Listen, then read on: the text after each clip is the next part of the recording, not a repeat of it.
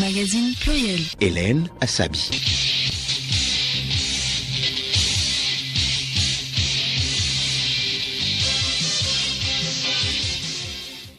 Auditeurs de Radio Lomé, bonjour. Merci de nous rejoindre pour ce journal Magazine pluriel. Au sommaire, le Togo célèbre son indépendance ce 27 avril. Ce 64e anniversaire est marqué par un défilé militaire et paramilitaire ce matin sur toute l'étendue du territoire national. À Lomé, les festivités se sont déroulées en présence du chef de l'État, Foresos Mnanya-Singbe, chef des armées. Écho des festivités dans ce journal. Et la finale de la Coupe de l'Indépendance, c'est ce soir. La Fédération togolaise de football dévoile les conditions d'accès au stade de Kégué. Pendant ce temps, le pays se prépare également pour un double scrutin législatif et régional. Les forces de l'ordre et de défense ont voté hier par anticipation. Ils vont pouvoir assurer la sécurité lors du vote de lundi.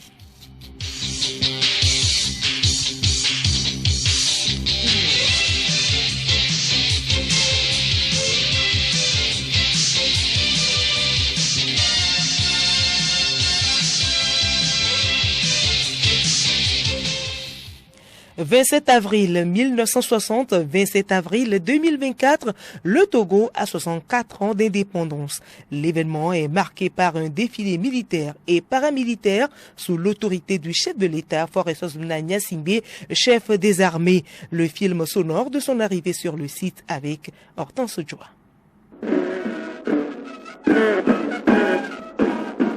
Le chef de l'État Foresos Mnanya-Singbe a fait son entrée à la place des fêtes de Lomé 2 debout dans son commande-car. Foresos Mnanya-Singbe est escorté par la cavalerie de la gendarmerie nationale.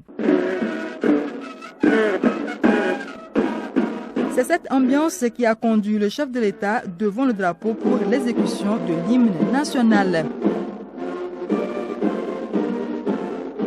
Après l'hymne national, Fort Nya-Singbe reçoit les salutations des chefs d'état-major des forces armées togolaises, passe d'un pas majestueux par le tapis rouge en direction de la loge officielle. Là, il reçoit les salutations des membres du gouvernement, des présidents des institutions de la République, ainsi que de diverses autres personnalités civiles et militaires. Tout cela sous les ovations de la foule et des invités présents à cette célébration. À peine le chef de l'État installé à la loge officielle, place aux 21 coups de salve. Ces 21 coups de salve renvoient à une tradition qui remonte au XIVe siècle et confèrent à une célébration comme le 64e anniversaire sa solennité. Il faut rappeler que l'arrivée du chef de l'État a été précédée par l'arrivée du chef d'état-major Diato Tassoumti, de la présidente de l'Assemblée nationale Chantal Yawa Djigbodi Tchegan et de celle de la chef du gouvernement Victoire Tomega Dogwe. Et elle aura marqué de son empreinte le défilé de la célébration du 64e anniversaire de l'indépendance du Togo. La démonstration du saut parachutiste qui a attiré beaucoup d'attention. Les 9 parachutistes, dont 2 dames choisies de l'armée togolaise, ont effectué des sauts précis et parfaits devant le chef de l'État Foresos Mnanya-Singbe, Hervé Segbonou. Sous les acclamations et ovations du public présent à ce rendez-vous historique, la démonstration du saut parachutiste s'est déroulée en 2 phases réussies. La première a été marquée surtout par l'expérience du lieutenant Komlan Yao, leader du groupe, qui s'est posé au sol tranquillement et sans difficulté avec le drapeau togolais en main. Lors de la seconde phase, la démonstration du capitaine Kotoko a émerveillé tout le public, surtout la loge officielle. En peu de temps, le capitaine parut invisible dans l'air parce qu'il venait de déclencher son fumigène. Mais peu à peu, il devient complètement visible et se pose au sol sans incident, comme l'oiseau martin percheur. Au terme du saut, les 9 chuteurs sont allés présenter et rendre compte au président de la République de la fin de leur démonstration de saut. Le chef de l'État les félicite en leur serrant la main. Après l'empoignade, les 9 parachutistes rejoignent leur camp. Après l'atterrissage des parachutistes, place au défilé militaire. Reportage Nambara Naparanoudar, Raoul Tetounyaki. Tout commence par la demande expresse d'autorisation du commandant des troupes adressée au chef des armées pour le défilé. Excellence, Monsieur le Président de la République, chefs des armées, les forces de défense et de sécurité, ici, mobilisés pour la commémoration du 64e anniversaire de l'indépendance du Togo, tous les ordres du lieutenant-colonel Moumouni Abdel Latif, commandant de troupes, demandent très respectueusement l'autorisation pour le début du défilé. Autorisation accordée par le président de la République Faure Eswazemna Gnassingbé, chef des armées. Colonel Moumouni, je vous salue et je salue également vos troupes, drapeaux et fanions. Vous êtes autorisés à faire démarrer le défilé. Le feu vert est ainsi donné au lieutenant-colonel Moumouni Abdel Latif, commandant des troupes, pour le défilé militaire et paramilitaire. Allô! Pour le défilé, colonne par 6, 10 à gauche, en avant, marche! Ordre donné, place au premier passage assuré par la cavalerie. Hissés sur leurs chevaux, ils ont paradé sur la place des fêtes avec leur musique légendaire. Une fois la musique cavalière installée, place au défilé des troupes motorisées de la gendarmerie nationale avec à leur tête le chef d'escadron BD Kwacha Eswazemna. Les marins dans leur tenue traditionnelle blanche prennent la commande des lieux avant de céder leur place au régiment de soutien et d'appui RSA sous les ordres du commandant Tchala Minsan. L'armée de terre, avec le lieutenant-colonel Kadanga Mouabi, le premier RI commandé par le lieutenant-colonel Pilinga Panege et le deuxième RI amené par le lieutenant-colonel Agaouyao, rejoignent la cadence. S'ensuit un autre rythme.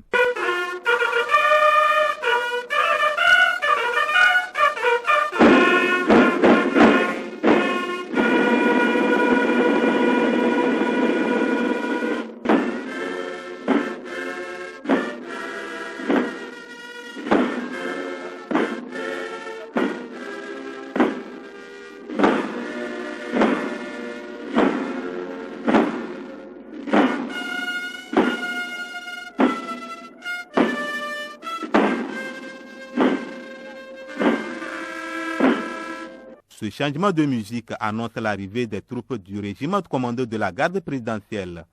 Barbu, avec de longues enjambées, ces commandos prennent les rênes du terrain. Sur cette musique particulière à leur régiment, ils torturent si fort le sol. Une manière de montrer aux ennemis le châtiment qui les attend s'ils s'en prenaient au chef de l'État. Ce régiment est commandé par le lieutenant-colonel Aoui Essonane. C'est sur ce rythme particulier de la garde présidentielle que le premier bataillon d'intervention rapide de 1er BIR, le régiment blindé de reconnaissance et d'appui et les troupes motorisées ont pris la relève. Les combattants du feu, connus sous le nom des sapeurs-pompiers, viennent éteindre le feu des rangers des militaires, ouvrant ainsi le bal du défilé paramilitaire. Pour ce défilé du 104e anniversaire de l'indépendance du Togo, plus de 2380 militaires et paramilitaires étaient mobilisés. Merci à vous, Raoul Tetuniaki. Rappelons que le défilé a pris fin avec le départ du chef de l'État Faure Eswazemna Gnassingbé. Et déjà à la veille, le président de la République a donné le coup d'envoi des festivités par la réanimation de la flamme de l'indépendance, une flamme qui va éclairer les Togolais dans le développement de leur nation. Théophile Dantako. Des acclamations nourries des populations le long de la route menant à la place de l'indépendance à Lomé ont accueilli le président de la République, Faure Eswazemna Gnassingbé. Honneur militaire. Puis, à l'aide d'un long bâton, le chef de l'État rallume la flamme.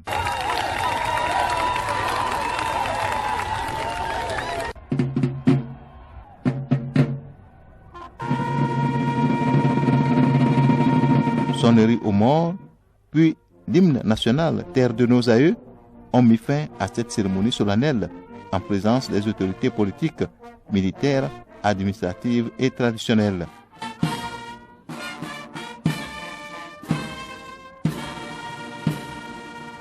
La chef du gouvernement, Mme Victoire Tomega Dogbe, et la présidente de l'Assemblée nationale, Mme Yawa Djibori Tchegan, étaient à ce rendez-vous. Des présidents des institutions de la République, comme Willy Brontelou à la tête de la HAC, étaient également sur les lieux. Avant de quitter la place d'indépendance, le président de la République a été ovationné par les nombreuses populations le long de la route du CASEF à la fin du palais des congrès. Sur plus de 200 mètres, le chef de l'État a marché en saluant, en écoutant et en sentant le Togolais lambda. La réanimation de la flamme de l'indépendance annonce ainsi la célébration de la fête d'indépendance ou l'accession du Togo à la souveraineté internationale. Et à l'occasion de cette célébration, des dirigeants du monde ont adressé des messages de félicitations au chef de l'État et au peuple togolais.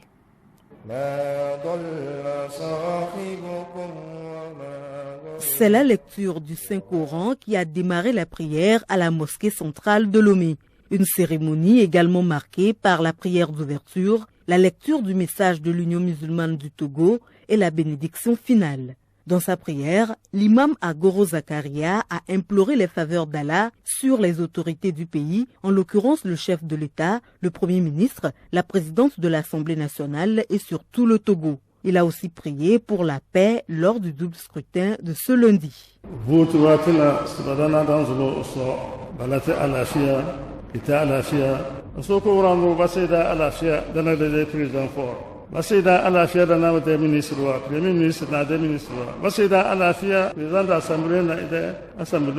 Sani Karimou, vice-président de l'Union musulmane du Togo, a délivré le message de l'UMT. Un message axé sur la cohésion sociale et la paix. Nous avons toujours besoin de la paix et nous avons prié Allah le Tout-Puissant qui nous apporte cette paix dans notre pays, qu'il veille sur le peuple togolais et qui nous éradique complètement le mal du terrorisme de la sous-région afin que le Togo et la sous-région puissent vivre en paix. Nous avons aussi profité de l'occasion pour invoquer Allah le Tout-Puissant pour les élections législatives et régionales prochaines, qu'Allah fasse que ces élections se déroulent dans la tranquillité, dans la quiétude et dans l'entente mutuelle. Et une fois encore, qu'Allah bénisse notre pays, qu'il veille sur le chef de l'État et qu'il veille sur toutes les autorités chargées d'amener le Togo dans la sécurité, dans le bonheur. Le ministre Awateo Dabalo, en charge de l'administration territoriale, de la décentralisation et du développement des territoires, a assisté à la prière. Nous sommes venus à la suite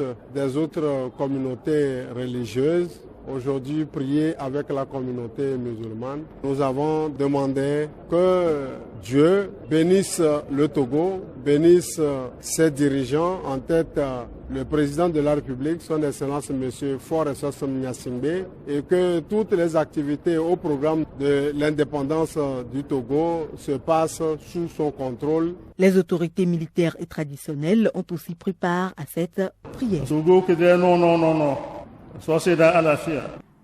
Et nous venons plutôt de suivre la prière musulmane dite hier pour demander la faveur d'Allah sur le pays. Un reportage de Sibyl Lawson. Et je le disais tantôt, à l'occasion de la célébration de l'indépendance du Togo, des dirigeants du monde entier ont adressé des messages de félicitations au chef de l'État et au peuple togolais. Abirilemo.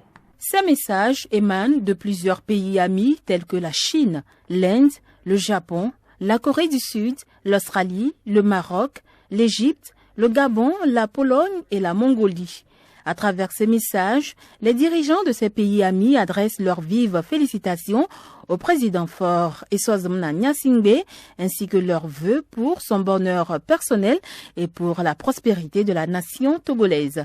Ces pays attachent un soin particulier à promouvoir les excellentes relations d'amitié et de solidarité qui les unissent au Togo. Ils assurent poursuivre les actions concertées en vue de renforcer leur coopération dans différents secteurs d'intérêt mutuel.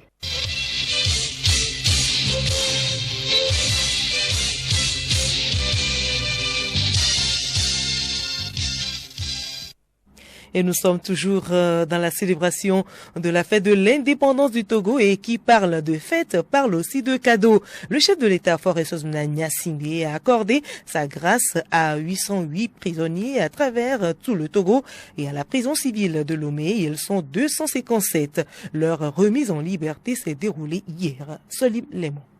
Ils vont fêter le 64e anniversaire de l'indépendance du Togo à la maison. Les 257 prisonniers qui recouvrent la liberté sont de nationalités diverses. Ils sont tous des prisonniers de droit commun. Akibou Idrissou, directeur de la prison civile de Lomé. Ce sont des détenus à qui il reste quelques mois pour finir leur peine. Donc ça veut dire que ce sont des détenus qui ont été déjà condamnés. Ce sont des détenus de droit commun, c'est-à-dire qui ont commis des infractions qui ne sont pas qualifiées de crimes. Vous savez, souvent quand nous avons ces décisions ou bien de ces décrets-là, au niveau de l'administration, c'est un soulagement. Au niveau des détenus, c'est un soulagement. Au niveau des parents des détenus, c'est aussi un soulagement. Donc c'est un soulagement général. Nous invitons les uns et les autres à donner de l'importance à l'événement d'aujourd'hui pour que lorsqu'ils vont sortir, il ne faut plus qu'ils reviennent. Ces hommes de nouveau libres pourront s'insérer facilement dans la société qui les a rejetés. Koko de Kofi Waenagnon, ex-détenu, président de Solidarité mondiale pour les personnes démunies et détenues. Notre mission aujourd'hui, c'est d'accueillir les détenus qui sont libérés pour pouvoir les réinsérer dans la société. Nous sommes venus pour pouvoir les prendre et aller les héberger dans notre centre de transit des ex-détenus du Togo qui est service d'aide à la réinsertion. Nous avons prévu d'accueillir une trentaine qu'on a déjà travaillé avec eux avant leur sortie. Quand nous allons le prendre tout à l'heure, ils vont aller faire 3 mois au centre de transit. Ils sont logés, nourris et il y a les psychologues qui travaillent avec eux.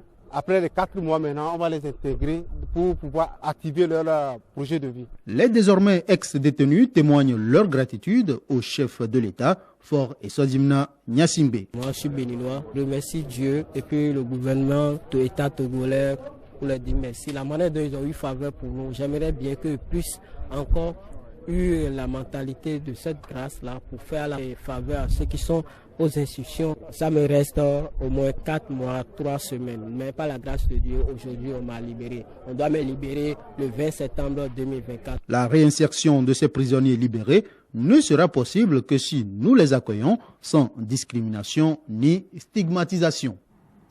La population de la région maritime a aussi eu son cadeau de la part du chef de l'État au cours de cette célébration. Le Fontinga, un projet qui permet aux Togolais d'avoir de l'électricité à 1000 francs CFA, a été lancé hier à Tchévier. La compagnie Énergie électrique du Togo y a signé des contrats à 700 personnes. Le geste du président de la République est bien accueilli par la population de la préfecture de Zur. Hervé Sigbonou. Dans une ambiance festive, le lancement officiel du Fontinga s'est déroulé sur le terrain de l'EPP Vémé. Il a été présidé par Madame Mila Aziablé, ministre en charge de l'énergie, qui a relevé les avantages de ce projet du président de la République Faure Gnassingbé pour les populations. Depuis son lancement en avril 2022, le Fontinga a eu un impact significatif. Ce projet a apporté une transformation significative dans la vie des bénéficiaires, surtout les jeunes entrepreneurs, les femmes et les enfants. Une fois le Fontinga lancé par la ministre, les agents de la CET, bien installés au milieu de la population sortie nombreuse, signent le contrat à 700 personnes à 1000 francs chacune. Les bénéficiaires en sont émus. Un grand plaisir de remercier notre président Faure Eswazimna Gnassingbé. Aujourd'hui, je suis tellement en joie. Les bénéficiaires du Fontinga ont rempli des conditions. Yeke Kosili Maoussé, directeur clientèle présent sur le site, en parle. Il suffit d'être à proximité du réseau électrique, de pouvoir payer 1000 francs seulement. Les équipes de la CET viennent chez vous installer le compteur électrique. Le reste du paiement est échelonné sur plusieurs années. Et il suffit que le client vienne acheter le crédit d'électricité prépayé et un pourcentage qui est prélevé pour rembourser le reste du montant payé sur 10 ans minimum. Le Fontinga est déjà opérationnel dans la région des Savanes, de la Kara, centrale et des plateaux. Et la finale de la Coupe de l'Indépendance, c'est ce soir. La Fédération togolaise de football a communiqué jeudi les conditions d'accès au stade de Kégué pour assister à cette grande finale. Alou Noyoué. Ce samedi, au stade de Kégué se joue la finale de la Coupe de l'Indépendance qui oppose la SK à Oglossou à 16h GMT. L'entrée pour assister à cette finale est libre et gratuite. Cependant, les gradins solaires et les tribunes ouvertes seront les seuls espaces accessibles au public sans invitation. Les loges officielles et la tribune officielle nécessiteront une invitation spéciale. Les supporters sont par ailleurs invités à suivre les instructions des stadiers pour un accès aisé et organisé aux zones des spectateurs.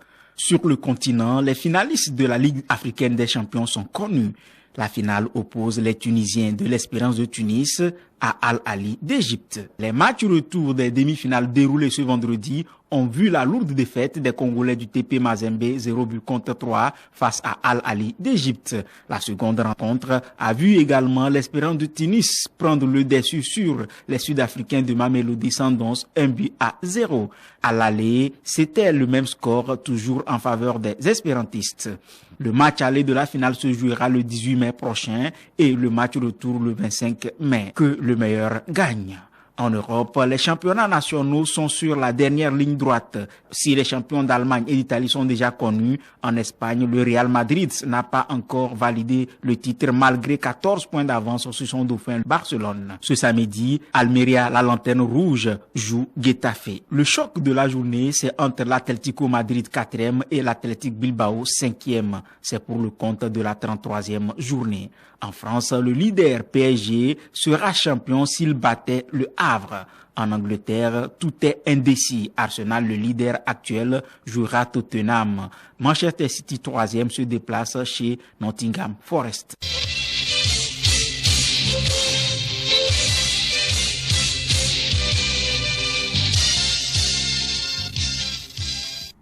Autre sujet dans ce journal magazine pluriel, le Togo se prépare pour les élections législatives et régionales le 29 avril. Les forces de l'ordre et de sécurité ont voté hier par anticipation. Ce vote à 72 heures avant le vote général a un objectif bien défini. Aimé de Dieu Tigili, expert national en charge de la communication, la formation et des relations avec les parties prenantes auprès de la CENI. La sécurité est importante pour la stabilité et pour toute activité. Alors, pour pouvoir assurer la sécurité et le bon déroulement des opérations du vote, le vote par anticipation est organisé pour leur permettre, le jour du vote, d'avoir tout le temps pour assurer les frontières et la sécurité dans les bureaux de vote. Les dispositions sont donc prises pour le bon déroulement du scrutin. La Cour constitutionnelle est désormais au complet. Le nouveau président Djobo Babakan Coulibaly est connu depuis jeudi et devra présider aux destinées de cette institution pour un septennat. Nous allons mieux le connaître avec Geneviève Bougnon. Professeur de droit constitutionnel, Djobo Babakan Coulibaly est né le 28 octobre 1958 à Lomé. Détenteur d'un bac G1, il entre à l'université du Bénin en 1979, actuelle université de Lomé, d'où il sort en 1983 avec une maîtrise en droit. Il poursuit ses études supérieures à l'université de Lille 2 en France, un parcours qui s'achève par un doctorat en droit public. Reconnu pour son expertise en droit constitutionnel, Djobo Babakan Coulibaly est membre de la Cour constitutionnelle depuis 2019. Il succède à Feu Aboudou Assouma, perpétuant ici l'héritage de rigueur et d'intégrité qui caractérise la plus haute instance judiciaire du pays en matière de droit constitutionnel. Djobo Babakan Coulibaly est marié et père de 2 enfants. Toujours pour le bon déroulement du scrutin, les observateurs électoraux étaient dans les locaux de la HAC. Hier, ils sont de l'UEMOA, l'Union africaine et de l'OIF. Ils ont échangé avec les membres de la HAC à Lomé. Nabara Nafara Noudar. C'est sur invitation de la haute autorité de l'audiovisuel et de la communication que les délégations de l'UEMOA, de l'UA et de l'OIF sont arrivées sur le sol togolais.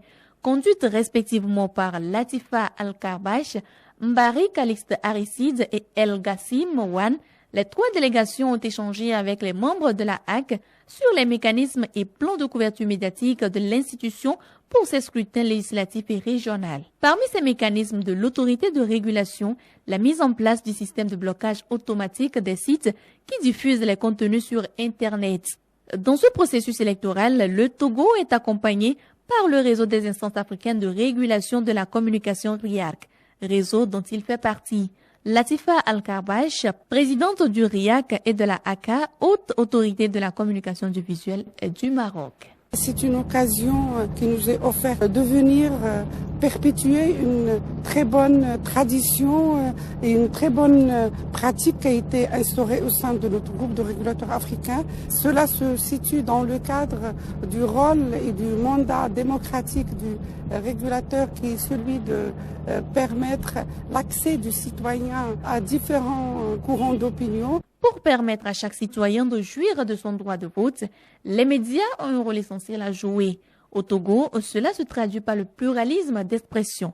Nous retrouvons Latifa. J'ai été heureuse d'apprendre qu'il y a eu un véritable travail pour assurer l'accessibilité linguistique, par exemple, à ces programmes, puisque toute la communication des partis politiques se fera dans les différentes langues que les citoyens togolais pratiquent. Nous avons vu aussi qu'il y a un déploiement régional de la HAC pour permettre justement à tous les citoyens, là où ils se trouvent sur le territoire togolais, d'accéder à ces différentes visions et ces différents programmes électoraux. Élection de la transparence, la quiétude et la solidarité entre les Togolais, tels sont les messages phares de délégation à l'endroit du Togo. Instance chargée de la promotion de la liberté et garante du respect de la déontologie, la HAC a été créée en 1991.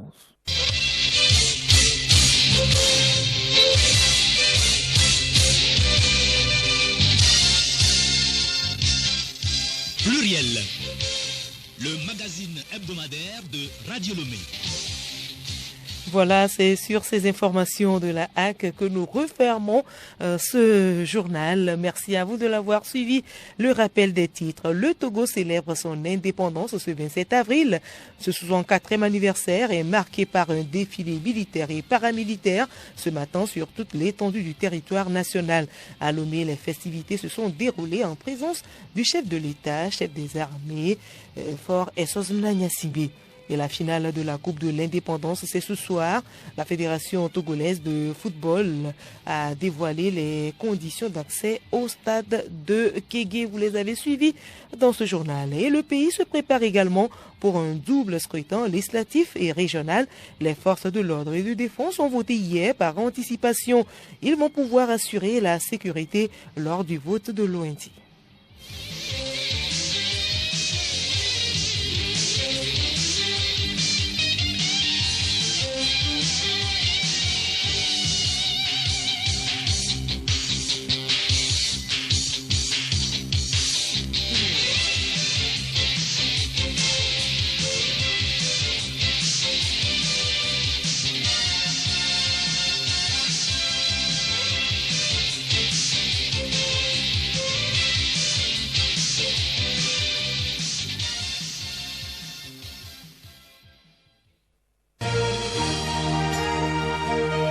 Radio Lomé, boîte postale 434, email radiolomé@radiolomé.tg. radiolomé.tg